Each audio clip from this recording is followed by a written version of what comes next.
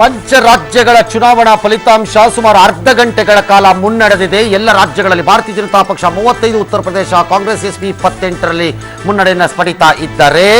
ಉಳಿದ ರಾಜ್ಯಗಳ ಫಲಿತಾಂಶ ಕೂಡ ಬರ್ತಾ ಇದೆ. ಗೋವೆಯಲ್ಲಿ ಬಿಜೆಪಿ 2, ಮಣಿಪುರದಲ್ಲಿ ಬಿಜೆಪಿ 1 ಮೂಲಕ ಮುನ್ನಡೆಗಳನ್ನು ಪಡ್ಕೋತಾ ಇದೆ. ಇನ್ನು ಅದನ್ನು ಬಿಟ್ಟರೆ ಉಳಿದ ರಾಜ್ಯಗಳ ಪೈಕಿ ಪಂಜಾಬ್ ಕಾಂಗ್ರೆಸ್ 9, ಅಕಾಲಿದಳ ಬಿಜೆಪಿ 7, ಆಪ್ 9 ಸ್ಥಾನ ಹಾಗೂ ಬಿಜೆಪಿ ಉತ್ತರಾಖಂಡದಲ್ಲಿ 1, ಕಾಂಗ್ರೆಸ್ 3 ಸ್ಥಾನಗಳ ಮುನ್ನಡೆಯನ್ನು ಪಡ್ಕೊಂಡಿದ್ರೆ, ಉತ್ತರ ಪ್ರದೇಶದಲ್ಲಿ ಎಲ್ಲರೂ ನಿರೀಕ್ಷೆ ಮಾಡುತ್ತಿರುವಂತಹ ಮಾಯಾವತಿ ಕಿಂಗ್ ಮೇಕರ್ ಆಗ್ತಾರೆ, ಕ್ವೀನ್ ಅಥವಾ ತಾನೇ ಕ್ವೀನ್ ಆಗ್ಬೋದೋ ಗೊತ್ತಿಲ್ಲ, ವಿ ಡೋಂಟ್ ನೋ. ಮಾಯಾವತಿ 19 ಸ್ಥಾನಗಳಲ್ಲಿ ಉತ್ತರ ಪ್ರದೇಶದಲ್ಲಿ ತಮ್ಮ ಮುನ್ನಡೆಯನ್ನ ಇಲ್ಲಿಯವರೆಗೆ ಪಡ್ಕೋತಾ ಇದ್ದಾರೆ. Let us see what will happen. ಇನ್ನು ಮುಂದಿನ 1.5-2 ಗಂಟೆಗಳ ಕಾಲದಲ್ಲಿ ಎಲ್ಲವೂ ಒಂದು ಸ್ಪಷ್ಟ ಚಿತ್ರಣಕ್ಕೆ ಬರ್ತಾ ಇದೆ. ಎಕ್ಸಿಟ್ ಪೋಲ್ಗಳ ತೀರ್ಮಾನ ಸರಿ ಆದರೂ ಆಗಬಹುದು. ನನ್ನ ಆರಂಭಿಕ ಒಪಿನಿಯನ್ ಅನ್ನು ಕೇಳಿದ್ರೆ ಎಕ್ಸ್ಟ್ರೀಮ್ಲಿ ಅರ್ಲಿ, ಈಗಲೇ ನಾನು ಇದನ್ನು ಹೇಳಲಿಕ್ಕೆ. ಆದರೆ ಪಂಜಾಬ್ನಲ್ಲಿ ನನಗೆ ಕಾಣಿಸ್ತಾ ಇರುವಂಥದ್ದು ಒಂದೇ ಒಂದು, ಕಾಂಗ್ರೆಸ್ ಹಾಗೂ ಆಪ್ ಎಲ್ಲರೂ ನಿರೀಕ್ಷೆ ಮಾಡಿದ ರೀತಿ ನೆಕ್ ಟು ನೆಕ್ ಕತ್ತನ್ನು ಕುಯ್ಯುವ ರೀತಿ ಮುಂದಕ್ಕೆ ಸಾಗುತ್ತವೆ ಅಂತ ಕಾಣುತ್ತವೆ. ಅಲ್ಟಿಮೇಟ್ಲಿ ಏನಾಗುತ್ತೆ ಅಂತ ಗೊತ್ತಿಲ್ಲ, ಸ್ಟ್ರೇಂಜ್ ಸಿಚುಯೇಷನ್ಗಳು ಡೆವಲಪ್ ಆಗುತ್ತವೆ ಅನ್ಸುತ್ತೆ ಉತ್ತರ ಪ್ರದೇಶ ಅಥವಾ ಪಂಜಾಬ್ನಲ್ಲಿ.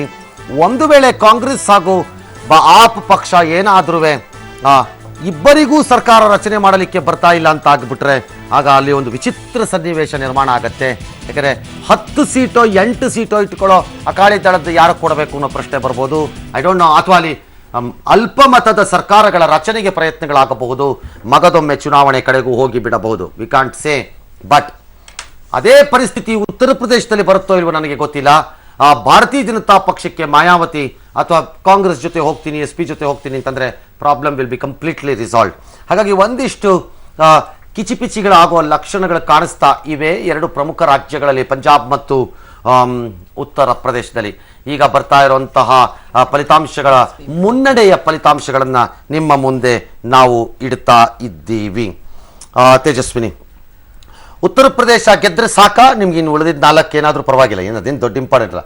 ಯಾತಕ್ಕೆ ಪಂಜಾಬ್ನ ಮಾತಾಡಲ್ಲ ನೀವು? ಎಷ್ಟು ಇಂಟೆಲಿಜೆಂಟ್ ಅಂದ್ರೆ ನೀವು ಬರೀ ಉತ್ತರ ಪ್ರದೇಶ ಮಾತಾಡ್ಬಿಡೋದು, ಆಮೇಲೆ ಬರೀ ಗೋವಾ ಮಾತಾಡ್ಬಿಡೋದು, ನಮ್ಗೇನು ಗೊತ್ತಿಲ್ಲ ಅನ್ನೋ ಟೈಪಲ್ಲಿ ಪಂಜಾಬಲ್ಲಿ ಕೂತ್ಕೊಂಡ್ಬಿಡೋದು.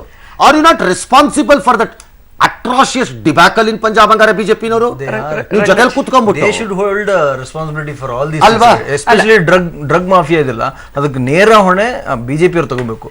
ಈಗ ನೀವು ಅಲಯನ್ಸ್ ಅಲ್ಲಿ ಇದ್ರೂ ಕೂಡ ಪಾಲಿಟಿಕ್ಸ್ ಅಲ್ಲಿ ಬಿಜೆಪಿ ಒಂದೇ ದಿನಕ್ಕೆ ಬಂದಂತ ಪಾರ್ಟಿ ಅಲ್ಲ, ತಮಗೂ ಗೊತ್ತಿದೆ. ಅವತ್ತಿನ ಸನ್ನಿವೇಶದಲ್ಲಿ ಈಗ ಒಂದು ಅಲಯನ್ಸ್ ಪಾಲಿಟಿಕ್ಸ್ ಅಲ್ಲಿ ಹೋದಾಗ ನಮ್ಮ ಕೊಲೀಗ್ಸ್ ಏನೇ ಮಾಡಿದ್ರು ಕೂಡ ಅದ್ರದ್ದು ಇಂಪ್ಯಾಕ್ಟ್ ಇದ್ದೇ ಇರುತ್ತೆ. ಅದನ್ನ ಡಿಸೋನ್ ಮಾಡೋ ಪ್ರಶ್ನೆ ಇಲ್ಲ. ಬಟ್ ಎಫೆಕ್ಟ್ ಆಗಿದೆ. ಆಂಟಿ ಇನ್ಕಂಬೆನ್ಸಿ ಮಾತ್ರವಲ್ಲ, 10 ವರ್ಷದಿಂದ ಅವರು ಏನ್ ಮಾಡಿದ್ದಾರೆ. ಈಗ ಶಿವಸೇನಾ ಅದು ಮೊದಲು ಪ್ರಸ್ತಾಪ ಮಾಡಿದ್ರು, ಆದ್ರೆ ಇವತ್ತು ಇಂಪ್ರೂವ್ ಮಾಡ್ಕೊಂತ ಇದೀವಿ. ನಮಗೊಂದು ಹೆಚ್ಚಿನ ಅವಕಾಶ ಕೊಟ್ಟಾಗ ಏನಾಗುತ್ತೆ, ಬಿಜೆಪಿಯ ಇಂಪ್ಯಾಕ್ಟ್ ಅನ್ನ ಜಾಸ್ತಿ ಮಾಡಿ ಸಾಧ್ಯ ಇಲ್ಲ. ಅಂದ್ರೆ ಡಂಪ್ ಮಾಡಕ್ಕಾಗಲ್ವಲ್ಲ, ಆ ರೀತಿ ಒಂದು ವಿಶ್ವಾಸ ದ್ರೋಹ ಮಾಡಕ್ಕಾಗಲ್ಲ. ಕೆಲವೊಮ್ಮೆ ಎಕ್ಸ್ಪೆಕ್ಟೆಡ್ ರಿಸ್ಕ್ ಇದನ್ನೆಲ್ಲ ತಗೋಬೇಕಾಗತ್ತೆ. ಬಟ್ ಜನತೆ ಅರ್ಥ ಮಾಡ್ಕೊಳ್ತಾರೆ, ಬಿಜೆಪಿಗೆ ಹೆಚ್ಚಿನ ಶಕ್ತಿ ಕೊಟ್ರೆ ಒಳ್ಳೇದಾಗ್ತಿತ್ತು ಅನ್ನೋದನ್ನ ಖಂಡಿತ ಇನ್ನೊಂದು ಚುನಾವಣೆವರೆಗೂ ಕಾಯ್ತೀವಿ, ನಾವೇನು ದಾವಂತ ಇಲ್ಲ. ಬಟ್ ಪಂಜಾಬ್ದು ನಮಗಿದು ಎಕ್ಸ್ಪೆಕ್ಟೆಡ್ ನಷ್ಟನೇ. ಮೇಡಮ್, ನೀವು ಆಂಟಿ ಇನ್ಕಂಬೆನ್ಸಿ ಪಂಜಾಬಲ್ಲಿ ಅಂತ ಹೇಳ್ತೀರಿ, ಬಹಳ ಜನರಲೈಸ್ಡ್ ವರ್ಡ್ ಅಂತ ನಾನು ಹೇಳ್ತೀನಿ ಅದನ್ನ. ಯಾಕಂದ್ರೆ ಪಂಜಾಬಲ್ಲಿ ಆದಂತ ಡ್ರಗ್ ಮಾಫಿಯಾ ಇದುವರೆಗೂ ಅಕಾಲಿದಳ ಆಗ್ಲಿ, ಬಿಜೆಪಿ ಆಗ್ಲಿ, ಕಾಂಗ್ರೆಸ್ ಆಗ್ಲಿ ಐಡೆಂಟಿಫೈನೇ ಮಾಡಲಿಲ್ಲ. ಸೀರಿಯಸ್ ಹೇಳ್ತಿದ್ದೀನಿ. ಇದು ನಾ ಯಾಕೆ ಇದನ್ನ ಐಡೆಂಟಿಫೈ ಮಾಡಲಿಲ್ಲ ಅನ್ನೋದನ್ನ ಬಹಳ ದೊಡ್ಡ ಪ್ರಶ್ನೆಗೆ ಎತ್ತೀನಿ ಅಂತಂದ್ರೆ, ಡೆಲ್ಲಿಯಲ್ಲಾಗ್ಲಿ ಪಂಜಾಬಲ್ಲಾಗ್ಲಿ, ಡೆಲ್ಲಿ ಚುನಾವಣೆಯಲ್ಲಿ ಕೂಡ ನಮ್ಮವರು ನೀರು ಮತ್ತು ಎಲೆಕ್ಟ್ರಿಸಿಟಿ ಬಹಳ ದೊಡ್ಡ ದಂಧೆ ನಡೀತದೆ, ಬಹಳ ಮೋಸ ಆಗ್ತದೆ, ಜನಸಾಮಾನ್ಯರು ಬದುಕಕ್ಕೆ ಕಷ್ಟ ಆಗ್ಬಿಟ್ಟಿದೆ. ನಾನು ಅಲ್ಲಿ 1.5 ತಿಂಗಳ ಕೆಲಸ ಮಾಡಿದ್ದೆ ಎಲೆಕ್ಷನ್ ಟೈಮಲ್ಲಿ ಡೆಲ್ಲಿಯಲ್ಲಿ. ಆ ಬೇಸಿಸ್ ಮೇಲೆ ಹೇಳ್ತಿದ್ದೀನಿ, ನೀರು ಎಲೆಕ್ಟ್ರಿಸಿಟಿ ಒಂದು ಎಲೆಕ್ಷನ್ ಅಂತ ಕಿರಣ್ ಬಿಡಿ ದೊಡ್ಡ ಒಂದು ಪ್ರೆಸ್ ಮೀಡಿಯಾ ಮುಂದೆ ಹೇಳ್ಬಿಟ್ರು. ಅದು ಎಷ್ಟು ನೆಗೆಟಿವ್ ಆಯ್ತು ಅಂತಂದ್ರೆ, ನಾವು ಬದುಕಕ್ಕೆ ಕಷ್ಟಪಡ್ತಿದ್ದೀವಿ ಮೇಡಮ್, ನೀವು ಇಷ್ಟು ಅಸಡ್ಡೆ ಮಾತಾಡಿದ್ರಿ ಅಂತ. 2ನೇ ಭಾಗ ಪಂಜಾಬಲ್ಲಿ ಡ್ರಗ್ಸ್ ನ ನೀವೊಂದು ಇಶ್ಯೂ ಅಂತ ಐಡೆಂಟಿಫೈ ಮಾಡಕ್ಕೆ fail. You failed at that time itself. ನೀವು ಎಲೆಕ್ಷನ್ ಸೋಲ್ತಾ ಇರೋದು ನಿಮ್ಗೆ ಸಿಗ್ನಿಫಿಕೆಂಟ್ ಆಗಿ ಏನೋ ಕೆಲಸ ಮಾಡಿದ್ರೆ ಇವತ್ತಿನ ವಿಷಯ ಅಲ್ಲ. ಚುನಾವಣಾ ಬಾಕ್ಸ್ ನ ಅಡಿಯಲ್ಲಿ ಮಾತ್ರ ಒಂದು ಇಶ್ಯೂ ನೋಡಿದಾಗ ಹಂಗಾಗತ್ತೆ. ಈಗ ಪಂಜಾಬ್ ಅಲ್ಲಿ ಹಾಗಂದ್ರೆ ನೀವು ಅಲ್ಲಿ ಕೆಲಸ ಮಾಡೋ ಉದ್ದೇಶವಾಗಿ ಪಂಜಾಬ್ ನ ಹಿಸ್ಟ್ರಿ ಏನು, ಪಂಜಾಬಿನ ಯುವಕರು ಯಾವ ರೀತಿಯ ಒತ್ತಡಗಳಿಗೆ ಒಳಗಾಗಿದ್ರು? ಅವತ್ ಖಾಲಿಸ್ತಾನ್ ಚಳವಳಿಗಳಿರ್ಬಹುದು, ಭಯೋತ್ಪಾದನೆ ಇರಬಹುದು, ನಿರುದ್ಯೋಗ ಇರಬಹುದು. ಇಲ್ಲ ಈಗ ಕಾಂಗ್ರೆಸ್ ಕ್ರಿಯೇಟ್ ಮಾಡಿದಂತಹ ಈ ಸಮಸ್ಯೆಗಳನ್ನ ನಾವು ಒಂದೇ ಬಾರಿಗೆ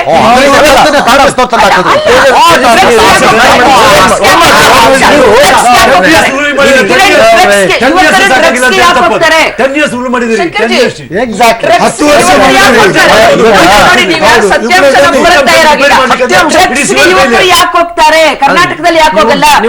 ಕರ್ನಾಟಕದಲ್ಲೂ ಸಿಕ್ಕುತ್ತೆ ಬೇಕು ಅಂತಂದ್ರೆ, ಅದೆಲ್ಲ ಪ್ರಶ್ನೆ. ಡ್ರಗ್ಸ್ ಗೆ ಯಾಕೆ ಹೋಗ್ತಾರೆ ಯುವಕರು? ಯಾಕಾರು ಹೋಗ್ಲಿ, ಸರ್ಕಾರ ಕಳೆ ಬೀಜ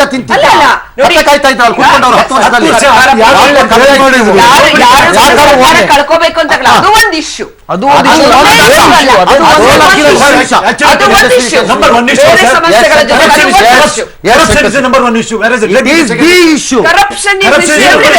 ಕರಪ್ಷನ್ ಎಲ್ಲ ಕಡೆನೂ ಇಶ್ಯೂನೇ. ಕರಪ್ಷನ್ ಆದ್ರೆ ನೀವು ಇಶ್ಯೂಗಳನ್ನ ಐಡೆಂಟಿಫೈ ಮಾಡ್ಕೊಳ್ಳೋದಿಲ್ಲ. ನೀವು ಇಶ್ಯೂ ಇದನ್ನ ತಗೊಂಡಿದ್ರೆ ಜನ ಅಟ್ಲೀಸ್ಟ್ ಅಪ್ರಿಶಿಯೇಟ್ ಮಾಡ್ತೀವಿ. ನಮ್ಮ ಪಾರ್ಟ್ನರ್ ಗಳನ್ನ ಆ ರೀತಿ ಡಂಪ್ ಮಾಡೋ ಪ್ರಶ್ನೆ ಇಲ್ಲ. ಬಿಜೆಪಿ ಅಧಿಕಾರಕ್ಕೋಸ್ಕರ ವಿಶ್ವಾಸ ದ್ರೋಹ ಮಾಡಲ್ಲ. ನಮಗೆ ಈಗ ಅವರ ಹಿನ್ನಡೆಗಳೇನೇ ಇರಲಿ, ಅದ್ ನಮ್ಮ ಮೇಲೆ ಇಂಪ್ಯಾಕ್ಟ್ ಆಗಿರ್ಬಹುದು, ನಷ್ಟ ಆಗಿರ್ಬಹುದು. ಮತ್ತೊಂದು ಚುನಾವಣೆ ಜನ ನಮಗೆ ಶಕ್ತಿ ಕೊಟ್ಟ ಖಂಡಿತ ನಾವು ಮಾಡ್ತೀವಿ. ಒಂದ್ ಚುನಾವಣೆ ಬರುತ್ತೆ, ಇನ್ನೊಂದು ಚುನಾವಣೆ ಹೋಗುತ್ತೆ, ಪಕ್ಷಗಳ ತನ್ನ ಒಪ್ಕೋಬೇಕು ಇದು ಅನುಭವಿಸ್ಬೇಕು. ಬಟ್ ಡೋಂಟ್ ಟೆಲ್ ಮಿ ಪಂಜಾಬ್ನಲ್ಲಿ ಇದ್ದಿದ್ದು ಎರಡೇ ಮೇಜರ್ ಇಶ್ಯೂಸ್, ಇನ್ನೇನು ಅಲ್ಲ. ರೈತರ ಆತ್ಮಹತ್ಯೆ, ಎರಡು ಬೇರೆ. ಎಕ್ಸ್ಟ್ರೀಮ್ಲಿ ಕರಪ್ಟ್ ಸಿಸ್ಟಮ್ ಅನ್ನ ಎಸ್ಟಾಬ್ಲಿಷ್ ಮಾಡ್ಕೊಂಡಿದ್ದಾರೆ, ಪರ್ಟಿಕ್ಯುಲರ್ಲಿ ಫ್ಯಾಮಿಲಿ ರೋಲ್ನಲ್ಲಿ. ಅಂದರೆ ಅವರ ರಿಚ್ನೆಸ್ ಬಗ್ಗೆ ಅಲ್ಲಿ ಪುಂಖಾನುಪುಂಖವಾದ ಕಥೆಗಳಿವೆ ಅವರ ರಿಚ್ನೆಸ್ ಬಗ್ಗೆ, ಅಂದರೆ ಬಾದಲ್ ಫ್ಯಾಮಿಲಿಯ ರಿಚ್ನೆಸ್ ಬಗ್ಗೆ. ಅದರ ಜೊತೆಗೆ ಗ್ರಾಮೀಣ ಭಾಗಗಳಲ್ಲಿ, particularly areas like Malwa, where Haryana and Punjab ಮಧ್ಯೆ ಬಂದಿರುವಂತಹ ನದಿ ನೀರಿನ ಹಂಚಿಕೆಯ ಸಮಸ್ಯೆ ಏನಿದೆ, ಸಟ್ಲೆಜ್ ವಾಟರ್ ಸಮಸ್ಯೆ ಏನಿದೆ, ಅದರಲ್ಲಿ the way SAD behaved irritate ಮಾಡಿ ಹಾಕ್ಬಿಟ್ಟಿದೆ ಅಲ್ಲಿ ಜನನ, ಅವ್ರನ್ನ plus farmers. Second major issue is drug. Parents ಮನೆಗಳಲ್ಲಿ ಅನುಭವಿಸಿದ್ದಾರೆ ಇದನ್ನ. Nobody understand this. I have friends who tells me ಕಣ್ಣೀರು ಹಾಕೊಂಡಿದ್ದಾರೆ ಪೇರೆಂಟ್ಗಳು ಮನೆಗಳಲ್ಲಿ, ಕಂಟ್ರೋಲ್ ಮಾಡಕ್ ಆಗ್ತಾ ಇಲ್ಲ. ಅಫ್ಕೋರ್ಸ್ ಆ ಪೇರೆಂಟ್ಗಳ ಜವಾಬ್ದಾರಿ ಆಗಿತ್ತು, ಅವ್ರ ಮಕ್ಕಳದವ್ರು ಕಂಟ್ರೋಲ್ ಮಾಡಬೇಕಾಗಿತ್ತು, ಅದು ಪ್ರಶ್ನೆ ಬೇರೆ. Government does not even say ಅದೊಂದು problem, we should tackle it. ಬಡ್ದಾಕ್ಬೇಕಿದೆ ನಾನು. ನೀವು ಹೇಳಿದ್ ಸರಿ, ಏನು ಶಿರೋಮಣಿ ಅಕಾಲಿ ದಳದವರೇ ತನ್ನ ಅಂಗಡಿ ಓಪನ್ ಮಾಡ್ಬಿಟ್ಟು ಡ್ರಗ್ ಮಾರಿದ್ದಾರೆ ಅಂತ ನಾನೇನು ಹೇಳಕ್ ಹೋಗ್ತಿಲ್ಲ. I am not saying it, but ಟ್ಯಾಕಲ್ಲೇ ಮಾಡದೇ ಇದ್ರೆ, ನಾನು ಹೇಳೋದು ಒಂದು ಜವಾಬ್ದಾರಿಯುತ ಪಕ್ಷವಾಗಿ ಕಾಂಗ್ರೆಸ್ ಆಡಳಿತ ಎಲ್ಲರೂ ಡೀಲ್ ಮಾಡ್ಬೇಕಲ್ವಾ? ಈಗ ಡ್ರಗ್ಸ್ ವಿಚಾರ ಒಂದು ಯುವಜನತೆಯನ್ನು ಪಾಲಿಟಿಕ್ಸ್ ಮಾಡಕ್ಕಾಗಲ್ಲ.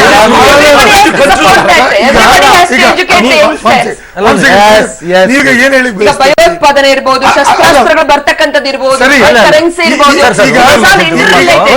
Issues for inter related. ಸಮಾಜವಾಗಿ ನಮ್ಮೆಲ್ಲರ ಹೊಣೆಗಾರಿಕೆ. ಆದ್ರೆ ಆಡಳಿತ ನಡೆಸ್ತಾ ಇರುವಂತಹ ಪಕ್ಷದ ಮೊದಲ ಇದು ಆದ್ಯತೆ ಆಗಿರ್ಬೇಕು.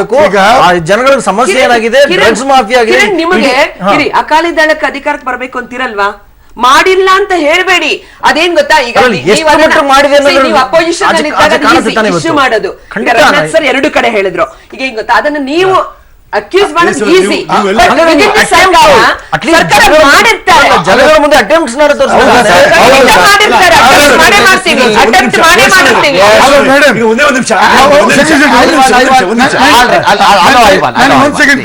ಕಳೆದ 10 ವರ್ಷದಿಂದ ನೀವು ಅಧಿಕಾರ ಮಾಡಿದ್ರಿ. 10 ವರ್ಷದಲ್ಲಿ ಏನು ಅಕಾಲಿ ದಳ ತಪ್ಪು ಮಾಡಿದ್ದಾರೆ, ಅದಕ್ಕೆ ಬಿಜೆಪಿ ಕೂಡ ನೇರವಾಗಿ ಹೊಣೆ. ನೀವು ಏನಾದ್ರೂ ಅದಕ್ಕೆ ಕಂಟ್ರೋಲ್ ಮಾಡ್ತಕ್ಕಂಥ ಕೆಲಸವನ್ನು ಮಾಡಿದ್ರೆ.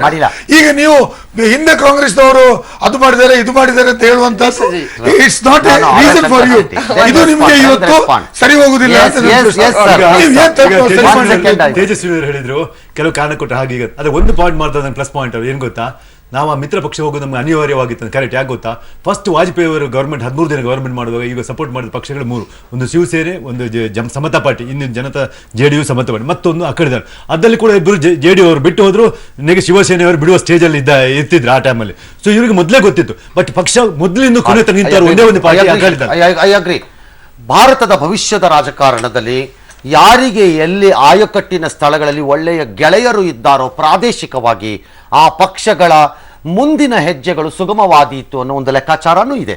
Accept BJP wants to grow as a single monolith national party, ಯಾವ ಅನುಮಾನನೂ ಇಲ್ಲ. ಭಾರತೀಯ ಜನತಾ ಪಕ್ಷದ ಒಂದು ಅಜೆಂಡಾನಲ್ಲಿ ಕಾಂಗ್ರೆಸ್ ಒಂದು ಕಾಲದಲ್ಲಿ ಇತ್ತು, ಈ ಅಜೆಂಡಾ ಇಲ್ಲ ಅಂತಲ್ಲ, ಇವತ್ತು ಅವ್ರಿಗೆ ದಯನೀಯ ಪರಿಸ್ಥಿತಿ ಬಂದುಬಿಟ್ಟಿದೆ ಅಷ್ಟೇನೆ. ಒಂದು ಕಾಲದಲ್ಲಿ ಕಾಂಗ್ರೆಸ್ಗೆ ಇದ್ದಿದ್ದ ಅಜೆಂಡಾನೇ ಇವ್ರಿಗೂ ಇವತ್ತಿದೆ. ದಟ್ ಈಸ್ ಎಲ್ಲೆಲ್ಲಿ ಸಾಧ್ಯ ಇದೆ ಅಲ್ಲಿ ಯಾರ ಸಪೋರ್ಟನ್ನು ಪಡಿಬೋದು ಅವರ ಸಪೋರ್ಟನ್ನು ಆ ಕ್ಷಣಕ್ಕೆ ಪಡಿಬೇಕು. ಕಾಲಾನಂತರದಲ್ಲಿ ನಾವೇ ಅಲ್ಲಿ ಬೆಳೆದು ಮುಂದಕ್ಕೆ ಹೋಗಬೇಕು. This is true in Assam, this is true in Maharashtra, this is true in Karnataka, this will be true in Tamil Nadu. ಬರೆದಿಟ್ಕೊಳ್ಳಿ, ಇನ್ನೊಂದು 4-5 ವರ್ಷದಲ್ಲೋ 6 ವರ್ಷದಲ್ಲೋ 7 ವರ್ಷದಲ್ಲೋ 8 ವರ್ಷದಲ್ಲೋ. It might be true in Kerala. ಬರೆದಿಟ್ಕೊಳ್ಳಿ, ಎಗೈನ್ ಅಲ್ಲಿ ಆಗ್ತಾ ಇರುವಂಥ ಬದಲಾವಣೆಗಳಿಗೆ ಕಾಂಗ್ರೆಸ್ ಮಣಿ ಗ್ರೂಪ್ ಆಗ್ತಾ ಇರುವಂಥ ಲೆಕ್ಕಾಚಾರಗಳು, ಸುಧೀಂದ್ರನ್ ಕ್ವಿಟ್ ಮಾಡಿ ಆಚೆ ಹೋಗ್ತಿರೋದು, ಇವೆಲ್ಲ ಹೆಡ್ಡಿಂಗ್ ಟುವರ್ಡ್ಸ್ ಸಮ್ ಆಕ್ಟಿವಿಟೀಸು ಇವೆಲ್ಲ ಅಂತ ಕಾಣುತ್ತೆ. ಹಾಗಾಗಿ ಬಿಜೆಪಿದು ಹಾಗೆ ಇದೆ. ಆದರೆ ನೀವು ನಿಮ್ಮ ಗೆಳೆಯರನ್ನ ಬಿಟ್ಕೊಡಲ್ಲ ಅಂದರೆ ಬಿಟ್ಕೊಡ್ಬೇಡಿ. ಬಟ್ ಬಿಟ್ಕೊಡಲ್ಲ ಅನ್ನೋ ಕಾರಣಕ್ಕೆ ನೀವು ನಂಬಿರೋ ಪಕ್ಷನೇ ನಾವು ಎಲ್ಲ ನೀವು ಹೇಳೋ ಅಂಶದ ಮೇಲೆ ನಂಬಬೇಕು. Particularly on an issue like ಭ್ರಷ್ಟಾಚಾರ ಹಾಳಾಗೋಗ್ಲಿ ರೀ, ಅವನು ತಿನ್ಕೊಂಡು ಸಾಯಿಲಿ ಅಂತ ಬಿಟ್ಬಿಡ್ತೀವಿ. ಮನೆಯಲ್ಲಿ ಮಕ್ಕಳುಗಳನ್ನು ನೆಗೆದು ಬಿದ್ದು ರಸ್ತೆಗೆ ಬಂದ್ಬಿಟ್ಟಿವಿ. ಅಲ್ಲಿ ಇವತ್ತು ದೇಶದಲ್ಲಿ ದಟ್ ಇಸ್ ದ ಡೇಂಜರ್. ಹಾಳಾಗೋಗ್ಲಿ ಭ್ರಷ್ಟಾಚಾರ. ವ್ಯವಸ್ಥೆಯನ್ನು ಸೃಷ್ಟಿ ಮಾಡಕ್ಕಾಗಲ್ಲ ಮೇಡಮ್, ಅದಲ್ಲ.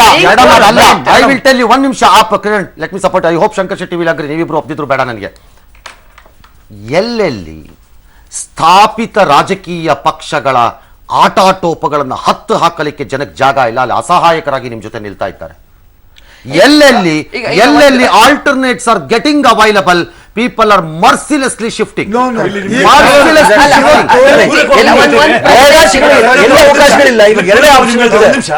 ನೋಡಿ, ನೀವು ಲಾಸ್ಟ್ ಮೋದಿ ಅವರು ಪವರ್ಗೆ ಬಂದ ಮೇಲೆ ಉಂಟಲ್ಲ, ಅವರು ಎಲ್ಲಾ ಇಲೆಕ್ಷನ್ ಗೆದ್ದದ್ದು ಎಲ್ಲಿ ಗೊತ್ತಾ? ಎಗೇನ್ಸ್ಟ್ ಕಾಂಗ್ರೆಸ್. ಎಲ್ಲಿನು ಪ್ರಾದೇಶಿಕ ಪಕ್ಷ ಮೇಲೆ ಗೆದ್ದಿಲ್ಲ. ಬಿಹಾರಲ್ಲಿ ಗೆದ್ದಿಲ್ಲ ಅವರು, ಅಥವಾ ನಿಮ್ಗೆ ಮತ್ತೊಂದು ಯಾವ್ದು ಗೊತ್ತಾ, ಮಮತಾ ನಗೇಶ್ ಗೆದ್ದಿಲ್ಲ. ವ್ಯಾರಸ್ ಗೆದ್ದದ್ದು ಕಾಂಗ್ರೆಸ್ ರೂಲಿಂಗ್ ಸ್ಟೇಟ್ ಮಹಾರಾಷ್ಟ್ರ, ಹರಿಯಾಣ, ಮತ್ತೊಂದು ಅಸ್ಸಾಂ ಅಲ್ಲಿ. ಸೊ ಪ್ರಾದೇಶಿಕ ಪಕ್ಷದ ಇದುವರೆಗೆ ವಿನ್ ಆಗಿಲ್ಲ ಅವರು. ಇವತ್ತೇನಾದ್ರು ವಿನ್ ಆದ್ರೆ ಇವತ್ತು ವಿನ್ ಆಗಬೇಕು. ವಂಡರ್ಫುಲ್ ಪಾಯಿಂಟ್ ಶಂಕರ್ ಶೆಟ್ಟಿ ಅವರು ಹೇಳ್ತಾರೆ. ಪ್ರಾದೇಶಿಕ ಪಕ್ಷಗಳ ಮೇಲೆ ಭಾರತೀಯ ಜನತಾ ಪಕ್ಷ ವಿಜಯವನ್ನ ಸಾಧಿಸ್ತಾ ಇಲ್ಲ, except to a small extent against Shiv Sena in Maharashtra. ಒಂದು ಸ್ಮಾಲ್ ಎಕ್ಸ್ಟೆಂಟ್ ನಲ್ಲಿ ಅದನ್ನ ಬಿಟ್ಟುಬಿಟ್ರೆ ಇನ್ನೆಲ್ಲೂ ಆಗ್ತಾ ಇಲ್ಲ ಅಂತ ಹೇಳ್ತಿದ್ದಾರೆ. ಬಟ್ ಪ್ರಾದೇಶಿಕ ಪಕ್ಷಗಳೇ ರಾಷ್ಟ್ರೀಯ ಪಕ್ಷವು ಇನ್ನೊಂದು ರಾಷ್ಟ್ರೀಯ ಪಕ್ಷವನ್ನ ಮುಗಿಸ್ತಾ ಇರಬಹುದು. ದಟ್ಸ್ ಎ ಡಿಫರೆಂಟ್ ಇಶ್ಯೂ ಅಂತ ಕಾಣುತ್ತೆ. ವಿ ವಿಲ್ ಸಿ ಅದೇನದು ಅಂತ ಈ ವಿರಾಮ. ಉತ್ತರ ಪ್ರದೇಶದ ವಾರಣಾಸಿಯ ಘಾಟ್ಗಳ ಮೇಲೆ ನರೇಂದ್ರ ಮೋದಿ ಅವರು ತಮ್ಮ ವಿಜಯೋತ್ಸವವನ್ನು ಆಚರಿಸಿದ್ರು ಲೋಕಸಭಾ ಚುನಾವಣೆಯ ನಂತರ. ಈಗ ಆ ವಿಜಯೋತ್ಸವಕ್ಕೆ ಭಾರತೀಯ ಜನತಾ ಪಕ್ಷ ಮತ್ತೆ ಸಜ್ಜಾಗುತ್ತಿದೆಯಾ? ಉತ್ತರ ಪ್ರದೇಶದಲ್ಲಿ ಮಗದೊಮ್ಮೆ 3 ವರ್ಷಗಳಲ್ಲಿ ವಾರಣಾಸಿಗೆ ನರೇಂದ್ರ ಮೋದಿ ಅವರು ಭೇಟಿ ಕೊಟ್ಟಿರಲಿಲ್ಲ, ಆದರೆ ಈಗ ಭೇಟಿ ಕೊಟ್ಟಿದ್ದಾರೆ. ಹಾಗಾಗಿ ಏನು ಮಾಡ್ತಾರೆ ಈ ಬಾರಿ ಉತ್ತರ ಪ್ರದೇಶದ ಜನ ಅಂದರೆ, ಈಗ ಬರುತ್ತಿರುವ ಮಾಹಿತಿಗಳ ಪ್ರಕಾರ ಭಾರತೀಯ ಜನತಾ ಪಕ್ಷ 80 ಸ್ಥಾನಗಳ ಮುನ್ನಡೆಯನ್ನು ಪಡ್ಕೋತಾ ಇದೆ. SP Congress 34, PSP 22, others 1. This is the difference I have been talking. If this difference, ಈ ವ್ಯತ್ಯಾಸಗಳು ಹೆಚ್ಚುತ್ತಾ ಹೋದಂತೆ, ಈಗ 45 ನಿಮಿಷ ಆಗಿರೋದು, ಇನ್ನುವೇ ಐ ಸ್ಟಿಲ್ ಸೇ ಇನ್ನೂ ಒಂದೂವರೆ ಗಂಟೆಗಳ ಕಾಲ ಕಾಯಬೇಕು ಅಂತ ಕಾಣುತ್ತೆ. ಅದಾದ ಮೇಲೆ ಒಂದು ಕ್ಲಾರಿಟಿ ಎಮರ್ಜ್ ಆಗಕ್ಕೆ, ಓಪನ್ ಅಪ್ ಆಗಕ್ಕೆ ಸ್ಟಾರ್ಟ್ ಆಗುತ್ತೆ. ಅದಾದ ಮೇಲೆ ಹೇಳ್ತಾ ಹೋಗಬಹುದು. ಪಂಜಾಬ್ನಲ್ಲಿ ಕಾಂಗ್ರೆಸ್ ಲೀಡಿಂಗ್ 21, ಆಪ್ 17. ಉತ್ತರಾಖಂಡದಲ್ಲಿ ಕಾಂಗ್ರೆಸ್ 6, ಬಿಜೆಪಿ 3. ಇವೆಲ್ಲ ಲೀಡ್ಗಳು, ಯಾವುದು ಜಯ ಅಲ್ಲ. ಬಿಜೆಪಿ ಗೋವಾ 3, ಕಾಂಗ್ರೆಸ್ 2, ಮಣಿಪುರ, ಬಿಜೆಪಿ 1, ಕಾಂಗ್ರೆಸ್ 2 ಸ್ಥಾನಗಳಲ್ಲಿ ಮುನ್ನಡೆಯನ್ನ ಪಡ್ಕೊಂಡಿವೆ. ಹಾಗೆ ನೋಡಿದ್ರೆ ಉತ್ತರ ಪ್ರದೇಶದಲ್ಲಿ ನರೇಂದ್ರ ಮೋದಿ ಅವರಿಗೆ ಹೇಗೆ ಇವತ್ತು ಒಂದು ಬಹಳ ದೊಡ್ಡ ಅಗ್ನಿ ಪರೀಕ್ಷೆಯಾಗಿದೆ. ಯಾಕಂದರೆ ಅವರು ಅಲ್ಲಿಯ ಸಂಸದರುವೇ ಕೂಡ, ಯಾವ ಅನುಮಾನನೂ ಇಲ್ಲ. 70 ಸ್ಥಾನಗಳನ್ನು ಪಡೆದುಕೊಂಡಿದ್ದಂತಹ ಭಾರತೀಯ ಜನತಾ ಪಕ್ಷ ಕಳೆದ ಲೋಕಸಭಾ ಚುನಾವಣೆಯಲ್ಲಿ ಕಂಪ್ಲೀಟ್ಲಿ ಸ್ವೀಪ್ ಮಾಡಿ ಹಾಕಿಬಿಟ್ರು ಎಲ್ಲ ಕಡೆಯಲ್ಲಿ. ಆದರೆ ಈಗೇನಾಗುತ್ತೆ ಬಹಳ ಕ್ರೂಷಿಯಲ್. ಅದೇ ರೀತಿ ಪಂಜಾಬ್ನಲ್ಲಿ ಇವತ್ತು ಕ್ಯಾಪ್ಟನ್ ಅಮರಿಂದರ್ ಸಿಂಗ್ ಅವರ ಹುಟ್ಟುಹಬ್ಬ. It's also his birthday today. ಹಾಗಾಗಿ ಅವರ ಹುಟ್ಟುಹಬ್ಬದ ದಿನ ಇವತ್ತು ಫಲಿತಾಂಶ ಏನು ಬರುತ್ತೆ ಅನ್ನೋದು ನಂಗೆ ಗೊತ್ತಿಲ್ಲ. How many of you know that it's a birthday today? Amarinder Singh's birthday today ಕ್ಯಾಪ್ಟನ್ದು. ಹಾಗಾಗಿ ಮಹಾರಾಜರ ಕುಟುಂಬದಿಂದ ಬಂದಂತಹ ಕ್ಯಾಪ್ಟನ್ ಅಮರಿಂದರ್ ಸಿಂಗ್ ಕತೆ ಏನಾಗತ್ತೆ, ಅಥವಾ ದೊಡ್ಡ ಕನಸುಗಳನ್ನು ಕಟ್ಟಿಕೊಂಡು ಅಲ್ಲಿಗೆ ಲಗ್ಗೆ ಹಾಕಿರುವಂತಹ ಆಪ್ನ ಕತೆ ಏನಾಗತ್ತೆ ಅಂತ. ಇನ್ನು ಮಹಾರಾಜರಂತೆ ಮೆರೆದ ಶಿರೋಮಣಿ ಅಕಾಲಿದಳ ಹಾಗೂ ಭಾರತೀಯ ಜನತಾ ಪಕ್ಷದ ಕತೆ, ಅಲ್ಲಿ ಇನ್ನೇನು ಆಗಕ್ಕೆ ಉಳ್ಕೊಂಡಿಲ್ಲ ಅನ್ನೋದು ಮಾತ್ರ ಸತ್ಯವಾಗಿದೆ. ಅದರಲ್ಲಿ ಯಾವ ಅನುಮಾನನೂ ಇಲ್ಲ ಅದರಲ್ಲಿ ಲೆಕ್ಕಾಚಾರದಲ್ಲಿ. ಲೆಟಸ್ ಸಿ ಏನು ಮಾಡ್ತಾರೆ. ನಮಗೆ ಕಾಟ ಕೊಟ್ಟಿರುವಂತಹ ಗೋವೆ ಏನಾಗತ್ತೆ ನೋಡಬೇಕು. ಆ ಭಾರತೀಯ ಜನತಾ ಪಕ್ಷ ಅಲ್ಲಿ ಮುಖ್ಯಮಂತ್ರಿ ಇದ್ದಾಗ ನಮ್ಗೆ ಏನೇನು ಕಾಟ ಕೊಟ್ಟಿದ್ದಾರೆ ನಮ್ಗೆ ಗೊತ್ತಿದೆ. ಅಲ್ಲಿ ಈಗ ಪರಿಸ್ಥಿತಿ ನೀರಿನ ವಿಚಾರದಲ್ಲಿ ನೋಡೋಣ ಅಲ್ಲಿ ಯಾರಿದ್ದಾರೆ ಅಂತ. ನನ್ನನ್ನು ಯಾರು ವೈಯಕ್ತಿಕವಾಗಿ ಕೇಳಿದ್ರೆ ನನ್ನದು ಒಪಿನಿಯನ್ ಬೇರೆ ಇದೆ ಗೋವಾನಲ್ಲಿ, ಅದು ಬೇರೆ ವಿಚಾರ ಅದು. But today I will not reveal it. ಅದು ಹೇಳುದು ಒಳ್ಳೇದು. ಹೌದ್ರಿ, ಕುಡಿಯಕ್ಕೆ ನೀರು ಒಂದೆರಡು TMC ಕೊಟ್ಬಿಟ್ಟು ಆಮೇಲೆ ಅದನ್ನ ಲೆಕ್ಕ ಹಾಕೊಡಿ ಅಂದ್ರೆ ಕೊಡಕ್ಕಾಗ್ದಾರಂತ ರಾಜ್ಯದವರು ಅವರು. ಬೇಕಾದ್ರೆ ನೀವು ನಿಮ್ಮ ಪಕ್ಷ ಡಿಫೆಂಡ್ ಮಾಡ್ಕೊಳ್ಳಿ, ನನಗೇನು ಬೇಜಾರಿಲ್ಲ. ಆಲ್ ರೈಟ್, ನೋಡೋಣ ಮಣಿಪುರ ಉತ್ತರಾಖಂಡದಲ್ಲಿ ಏನಾಗ್ತಾ ಇದೆ ಅನ್ನೋದನ್ನ. Let me continue. ನನ್ನ ಸಹೋದ್ಯೋಗಿ ನನ್ನ ಜೊತೆ ಸೇರ್ಕೊಂಡಿದ್ದಾರೆ. ಸರ್, ಈಗ 8:51 ಟೈಮ್ ಉತ್ತರ ಪ್ರದೇಶದಲ್ಲಿ 137 ಸೀಟ್ದು ಲೆಕ್ಕಾಚಾರ ತೋರಿಸ್ತಿದ್ರೆ ಆಲ್ಮೋಸ್ಟ್ ಮುನ್ನಡೆ 1/3 ಅದಷ್ಟೇ. ಆಲ್ ರೈಟ್, ಅಂದ್ರೆ 80 ಸೀಟ್ಸ್ ಮುನ್ನಡೆ ಇದೆ. ಸೊ 137ರಲ್ಲೇ ನಾವು ಅದನ್ನ ಡಿವೈಡ್ ಮಾಡೋದಾದ್ರೆ ಈ ಟ್ರೆಂಡ್ ಹಿಂಗೆ ಮುಂದುವರಿಯುತ್ತೆ. ಮಾಡಕ್ಕಾಗಲ್ಲ ಅಂತ ನನಗೆ ಹೇಳೋದು. ರೀಜನ್ ವಾರ್ಗಳು ಎಮರ್ಜ್ ಆಗಕ್ಕೆ ಸ್ಟಾರ್ಟ್ ಆದಾಗ ಬದಲಾವಣೆಗಳಾಗ್ತಾ ಹೋಗ್ಬಿಡ್ಬೋದು. ಯು ಡೋಂಟ್ ನೋ, ಏನ್ ಬೇಕಾರ ಆಗ್ಬೋದು. ಹಂಗ್ ಮಾಡಕ್ ಬರಲ್ಲ ನಾವು ಅದನ್ನ. 1/3 ಇದೆ, 1/3 ಅಲ್ಲಿ ಇಷ್ಟು ಬಂದಿರೋದ್ರಿಂದ ಇನ್ನು 2/3 ಅಲ್ಲೂ ಇಷ್ಟೇ ಬರುತ್ತೆ ಅಂತ ಲೆಕ್ಕ ಹಾಕಕ್ಕ ಆ ಮ್ಯಾಥಮೆಟಿಕ್ಸ್ ನಡೆಯಲ್ಲ. ಅಲ್ಲ, ಮಾರ್ಜಿನ್ ಸರ್ ಅಂತರ ಏನಿದೆ ಅದು ಆ ಟ್ರೆಂಡ್ ಹಂಗೆ ಮುಂದುವರಿಯುತ್ತೆ. ಕೌಂಟಿಂಗ್ ಡೇ ಅಲ್ಲಿ ಫಸ್ಟ್ ನೀವು ನೋಡಿ ಯಾವ ಪಾರ್ಟಿ ಫಸ್ಟ್ ಅಲ್ಲಿ ಮುನ್ನಡೆ ಇರ್ತದ ಅದು ಲೀಡ್ ಇನ್ಕ್ರೀಸ್ ಮಾಡ್ತಾನೆ ಹೋಗ್ತದೆ. Last 20 years I will give you the reverse, Sagar. I will give you the reverse. Counting day, not the exit poll. Counting day. I'm coming to the counting day. I'll give you the reverse. ಜಾಸ್ತಿನೇ ಮಾಡುತ್ತೆ, ಗೆದ್ದೇ ಬಿಡುತ್ತೆ ಅಂತ ಹೇಳಲ್ಲ, ಎಷ್ಟು narrow down ಆಗತ್ತೆ ಅಂತ ಹೇಳ್ತೀನಿ. ಬಾರಿ ಕಮ್ಮಿ ಹೇಳ್ತೀನಿ ನಾನು ಎಷ್ಟು ನ್ಯಾರೋ ಡೌನ್. ಕರ್ನಾಟಕ ಚುನಾವಣೆ ತಗೊಳ್ಳಿ, ಲಾಸ್ಟ್ ಅಸೆಂಬ್ಲಿ ಆರಂಭದಲ್ಲಿ ಬಂದಾಗ Congress was extremely advancing, quick ಆಗಿ ಮುಂದೆ ಕೊಟ್ಟೋಗ್ತಾ ಇದ್ರು. ಎಂಡಿಗೆ ಬಂದಾಗ ಕಾಂಗ್ರೆಸ್ಗೆ ಇಲ್ಲಿ ಕರ್ನಾಟಕದಲ್ಲಿ 113 ದಾಟಿ ಒಂದು 7-8 ಸಿಕ್ತು ಅಷ್ಟೇ ಅವರಿಗೆ, ಮೆಜಾರಿಟಿಗೆ ಬಹಳ ಜಾಸ್ತಿ ಸಿಕ್ಲಿಲ್ಲ. ಅವ್ರು ಆರಂಭ ಮಾಡಿದ ಸ್ಪೀಡ್ ನೋಡಿದ್ರೆ ನಾನು ಅನ್ಕೋತಾ ಇದ್ದು 140, 135, 145 ರೇಂಜ್ ಹೊಟ್ಟೋಗ್ಬಿಡ್ತಾರೆ ಇವರು ಆರಾಮಾಗಿ ಅನ್ಕೋತಿದ್ವಿ. ಹಂಗಾಗ್ಲಿಲ್ಲ. ಲೀಡ್ಗಳು ಏನಾಗ್ತಾ ಹೋಗುತ್ತವೆ ಅಂದ್ರೆ ಹಲವಾರು ಕ್ಷೇತ್ರಗಳಲ್ಲಿ ಡೀಪ್ ಇನ್ಸೈಡ್ ಇಂದ ಬರಬೇಕಾದ ಕೆಲವು ಕಡೆ ರಾಜ್ಯಗಳು ಇದರಲ್ಲಿ ಕ್ಷೇತ್ರಗಳಲ್ಲಿ ಥಿನ್ ಲೀಡ್ಗಳು ವರ್ಕ್ ಆಗ್ತಾ ಇರುತ್ತೆ. ಲೀಡ್ ವರ್ಕ್ ಆಗ್ತದೆ. It is exactly the reason. ಕಳೆದ ಲೋಕಸಭಾ ಚುನಾವಣೆಯಲ್ಲಿ Mayawati took around 28 to 30% of votes in Lok Sabha election. 20-27% vote ತಗೊಂಡು ಒಂದು ಸೀಟ್ ಬರಲಿಲ್ಲ. Our party is third largest party in the nation. Exactly. ಒಂದು ಸೀಟ್ ಬರಲಿಲ್ಲ ವೋಟ್ ಶೇರ್ ಅಲ್ಲಿ. 4% third and third party in the nation. ಹಾಗಾಗಿ ನನಗೆ ಐ ಕೆನಾಟ್ ಸೇ ಎಕ್ಸಾಕ್ಟ್ಲಿ. ನನ್ನೊಂದು observation corporation election ಅಲ್ಲೂ ಹಾಗೆ ಬಿಜೆಪಿ ಅಲ್ಲ, ನಾನು just saying take in election as an example ಅಷ್ಟೇ. ಪಾರ್ಲಿಮೆಂಟ್ ಎಲೆಕ್ಷನ್, ಅಸೆಂಬ್ಲಿ ಎಲೆಕ್ಷನ್ ಎಲ್ಲ ತಗೊಂಡು ಹೋದ್ರೆ ಮೋಸ್ಟ್ ಲಾಸ್ಟ್ 20 years ಅಬ್ಸರ್ವ್ ಮಾಡ್ತೇನೆ, ಯಾವ ಪಾರ್ಟಿ ಮುನ್ನಡೆತಾ ಅದ್ರ ಅಂತರವನ್ನು ಜಾಸ್ತಿ ಮಾಡ್ತಾನೆ ಹೋಗ್ತದೆ. ನೀವು ಎಕ್ಸಾಮ್ಷನ್ ಇರ್ಬೋದು, ಒಂದೆರಡು ಎಕ್ಸಾಮ್ಷನ್ ಇಲ್ಲ ಅಂತ ಹೇಳಿಕ್ಕೆ ಆಗುದಿಲ್ಲ, ಇರ್ಬೋದು ಇಲ್ಲ ಅಂತ ಹೇಳಿಕ. ಆದ್ರೆ ಲಾಸ್ಟ್ ಬಿಹಾರ್ ಅಲ್ಲಿ ಬಂತು, ಫಸ್ಟ್ ಬಿಜೆಪಿ ಜಾಸ್ತಿ ಅಂತ ತೋರಿಸ್ತಾ ಹೋದ್ರು, ಕಡೆ ನೋಡುವಾಗ ರಾಷ್ಟ್ರೀಯ ಲೋಕದಳ ಮತ್ತು JDU ಬಂದ್ರು. ಬಟ್ ಟ್ರೆಂಡ್ ಆ ರೀತಿ ಇರ್ತದೆ, ಯಾವ ನಂಬರ್ 1 ಅಲ್ಲಿ ಇರ್ತದೆ ಅದು ಲೀಡ್ ಇನ್ಕ್ರೀಸ್ ಮಾಡ್ತೇವೆ. ಪಾರ್ಲಿಮೆಂಟ್ ಎಲೆಕ್ಷನ್ ನೋಡ್ಕೊಳ್ಳೋದು ಹೆಚ್ಚಿನ ಬೇರೆ ಸ್ಟೇಟ್ ಎಲೆಕ್ಷನ್ ಕೌಂಟಿಂಗ್ ಮಾಡುವಾಗಲೂ ಹಾಗೆ ಅದು ಹೇಳಿಕ್ಕೆ ಆಗುದಿಲ್ಲ. ಬಟ್ ಈ ರೀತಿ ಟ್ರೆಂಡ್ ಕಂಟಿನ್ಯೂ ಆದ್ರೆ ಇದೇ ರೀತಿ ಸಪೋಸ್ ದಿಸ್ ಟ್ರೆಂಡ್ ಶಂಕರ್ ಶೆಟ್ರೆ, ಈ ರೀತಿ ಟ್ರೆಂಡ್ ಕಂಟಿನ್ಯೂ ಆಗಲ್ಲ ನಾನು ಹೇಳ್ತಿಲ್ಲ. ಆದ್ರೆ ಅಂತ ನಾನು ಹೇಳಕ್ ರೆಡಿ ಇಲ್ಲ ಅದನ್ನ. ನಾನು ಹೇಳ್ತಾ ಇರೋದು ನಾನು ಇದೇ ಟ್ರೆಂಡೇ ಅಂತಿಮ ಅಂತ ನಾನು ಹೇಳಕ್ ತಯಾರಿಲ್ಲ ಅಷ್ಟೇ. Subject if this trend continues ಅಂತ ಇಫ್ ಅಂತ you are free to have your calculation. ನಂದೇನು ಸಮಸ್ಯೆ ಇಲ್ಲ. ನನ್ನ point is simple. At least 300+ cross ಆಗ್ತಾ ಹೋದರೆ ಟ್ರೆಂಡ್ಸ್ ಅಲ್ಲುವೆ ಒಂದು ಇಂಡಿಕೇಟರ್ಸು ವಿಲ್ ಕ್ಲಿಯರ್ ಆಗ್ತಾ ಹೋಗುತ್ತೆ. A, B 1 ಗಂಟೆ ಅಂತಂದ್ರೆ ರಫ್ಲಿ ಎಷ್ಟೇ 14ರಿಂದ 15 ಟೇಬಲ್ ಅನ್ನು ಹಾಕೊಂಡು ಮಾಡ್ತಾ ಇದ್ದರು. ಆವರೇಜ್ 12ರಿಂದ 15 ಟೇಬಲ್ ಹಾಕೊಳ್ತಾ ಇದ್ದರು. ನನ್ನ ಲೆಕ್ಕಾಚಾರದಲ್ಲಿ 3ನೇ ರೌಂಡ್ಗೆ ಎಂಟ್ರಿ ಕೊಡ್ತಾ ಇರ್ತಾರೆ ಅಥವಾ 4th ರೌಂಡ್ ಒಳಗೆ ಬರ್ತಾ ಇರ್ತಾರೆ ಅಷ್ಟೇ. ಇನ್ನು ದಟ್ ಇಸ್ ಆಲ್. ಹಾಗಾಗಿ it's too early because we have seen ಕೌಂಟಿಂಗ್ಗಳು ಹೆಂಗೆ ನಡೆಯತ್ವೆ ಅಂತ. ಇದು ಎಲೆಕ್ಟ್ರಾನಿಕ್ ವೋಟಿಂಗ್ ಆಗಿದ್ದರಿಂದ ಕ್ವಿಕ್ ಆಗಿ ಆಚೆ ಬರ್ತಾ ಇದೆ ಅಷ್ಟೇನೆ. ಮೊದ್ಲಿನ ಸಿಸ್ಟಮ್ ಆಗ್ಬಿಟ್ಟಿದ್ರೆ ಯಾಗರ ಬಿದ್ದು ಹೋಗ್ಬಿಡ್ತಿದ್ವಿ. ಪಾರ್ಲಿಮೆಂಟ್ ಎಲೆಕ್ಷನ್ 2 ದಿನ ಕಾಯ್ಬೇಕು. ಆದ್ರೂ ಆ ಲೀಡ್ಗಳು ಎಲ್ಲೇ ಒಂದು ಕಡೆ ಇಂಡಿಕೇಶನ್ ಕೊಡುತ್ತೆ. ಹಂಗಾದ್ರೆ ಈಗ ಉತ್ತರ ಪ್ರದೇಶದಲ್ಲಿ ಬಿಜೆಪಿ ಸೆಂಚುರಿ ಅಂತೆ ಸರ್, ಹಂಗಾದ್ರೆ ಅದು ಇಂಡಿಕೇಶನ್ ಹೇಳಿ. ಇಂಡಿಕೇಶನ್ ಇರ್ಲೂ ಒಂದು ಹೇಳ್ಬಿಡಿ ರಾಧಾ, ಒಂದು ಒಳ್ಳೆ ಮಾತು ಹೇಳ್ಬಿಡಿ. ಇಂಡಿಕೇಶನ್